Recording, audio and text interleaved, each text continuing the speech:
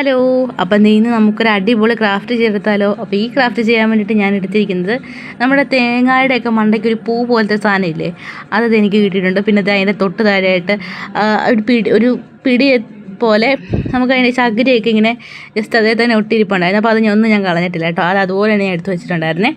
എന്നിട്ട് ഇത് റെഡും ഗോൾഡൻ കളറും പെയിൻറ്റ് എടുത്തിട്ടുണ്ട്.